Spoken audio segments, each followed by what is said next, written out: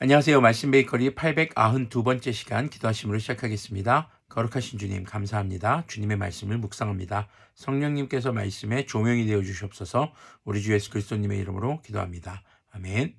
네, 오늘 보실 말씀은 잠언 20장 12절에서 21장 2절까지의 말씀입니다. 듣는 귀와 보는 눈, 이 둘은 다 주님께서 지으셨다. 우리는 주님께서 주신 감각기관들을 지혜롭게 사용할 줄 알아야 합니다. 13절을 보면요. 가난하지 않으려면 잠을 좋아하지 말고 먹거리를 풍족히 얻으려면 깨어 있어라.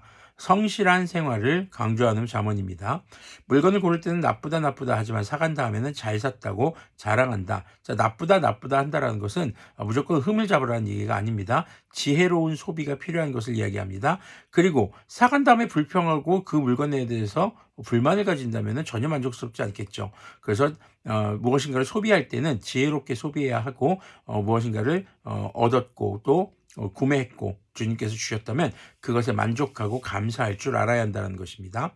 세상에 금도 있고 진주도 많이 있지만 정말 귀한 봄에는 지각 있게 말하는 입이다. 남의 보증을 선 사람은 자기의 옷을 잡혀야 하고 모르는 사람의 보증을 선 사람은 자기의 몸을 잡혀야 한다. 낯선 사람의 보증을 선다는 것이 얼마나 위험한 것인가를 가르쳐주고 있는 말씀입니다. 사람들은 속여서 얻은 빵이 맛있다고 하지만 훗날 그 입에 모래가 가득 찰 것이다.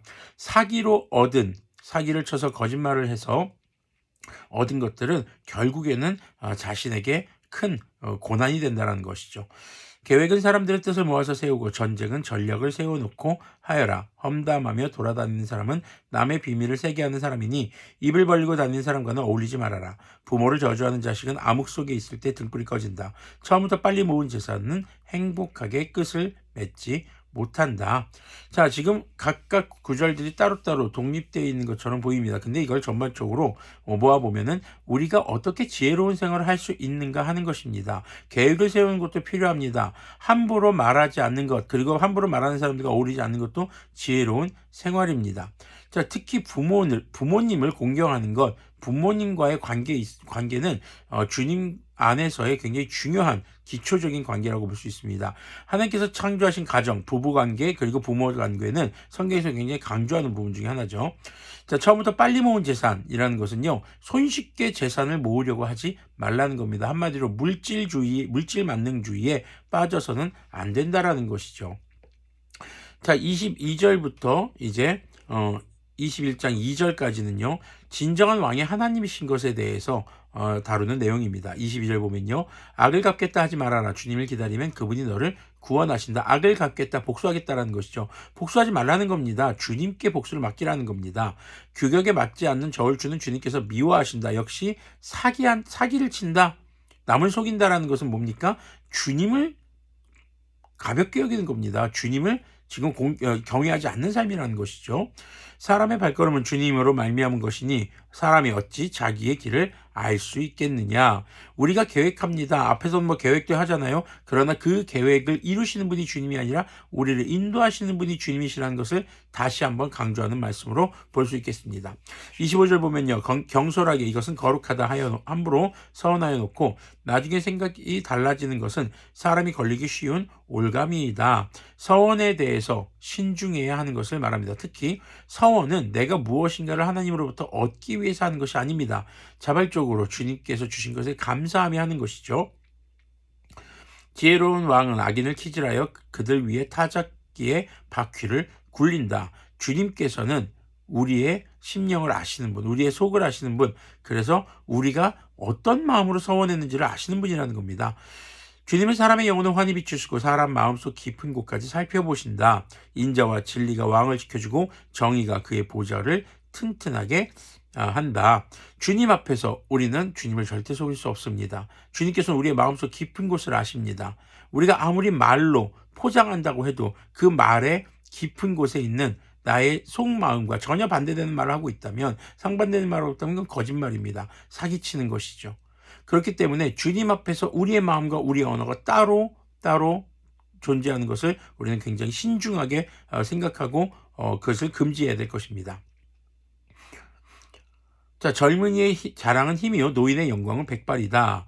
자, 이것은요 노인의 영광은 백발이다. 백발이 된 노인은 굉장히 그만큼의 삶에 지혜가 있다라는 것이죠.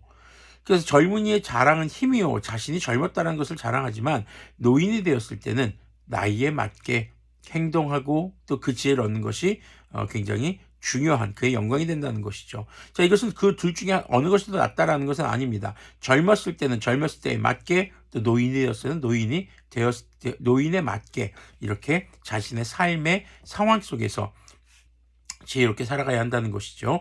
상처가 나도록 때려야 악이 없어진다. 매는 사람의 속 깊은 곳까지 들어간다. 폭력적인 교육을 말하는 것이 아닙니다. 훈육의 필요성을 강조하는 말씀입니다.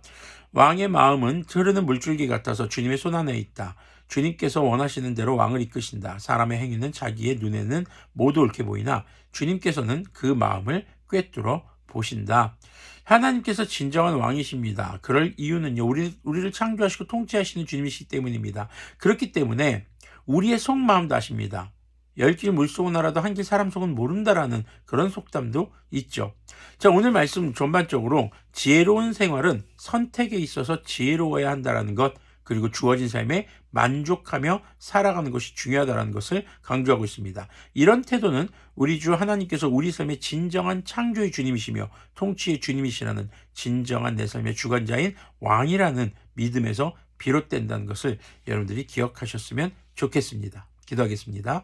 거룩하신 주님 감사합니다. 주님, 지혜롭게 말하게 하여 주시옵소서. 지혜로운 생각으로 가득하게 하여 주시옵소서. 거짓말하고 속이지 않게 하여 주시옵소서. 특히 주님을 속이는 자가 되지 않게 하여 주시옵소서.